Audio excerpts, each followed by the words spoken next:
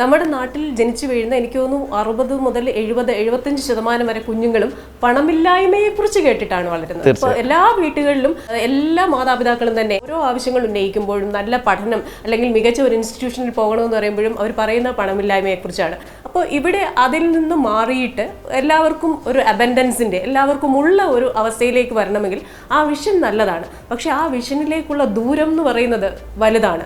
അപ്പോൾ ഏത് രീതിയിലാണ് അത് പ്ലാൻ ചെയ്യുന്നത്? ഒരു അച്ഛനും കുഞ്ഞും കൂടെ ഇങ്ങനെ നടന്നു പോവാണ്. അവർ വീട്ടിൽ നിന്ന് ഇറങ്ങി സ്കൂളിലേക്ക് ഡ്രോപ്പ് ചെയ്യാൻ പോവാണെന്നിരിക്കട്ടെ. അപ്പം കുഞ്ഞ് ചോദിക്കുകയാണ്, അച്ഛാ അത് ഇവർക്കെന്താ വലിയ വീടുള്ളത്, ഇവർക്കെന്താ വലിയ കാറുള്ളത്, ഇവർക്ക് ഇത്രയും വലിയ കാര്യങ്ങളൊക്കെ ഉണ്ട്, എന്താ നമുക്കിതൊന്നും ഇല്ലാത്ത? ഈ അച്ഛൻ്റെ മുന്നിൽ 2 ഓപ്ഷനുണ്ട്.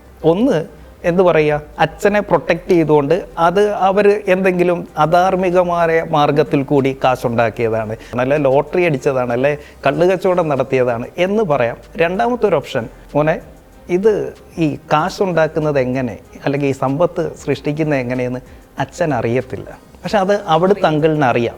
അപ്പോൾ എൻ്റെ മോൻ ഒരു കാര്യം ചെയ്യണം, അച്ഛൻ പറയുന്ന എല്ലാം അനുസരിച്ചു, പക്ഷേ പണത്തിൻ്റെ കാര്യത്തിൽ മോൻ ഒരിക്കലും അച്ഛനെ മാതൃകയാക്കരുത്. കാരണം അച്ഛൻ അതിൻ്റെ അകത്തൊരു പരാജയമാണ്. അതുകൊണ്ട് എൻ്റെ മോൻ സമ്പന്നനായി തന്നെ വളരണം. ആ സമ്പത്തിനെക്കുറിച്ച് നീ എവിടെ പഠിക്കാൻ പറ്റുമോ അവിടെ പോയി പഠിക്കണം.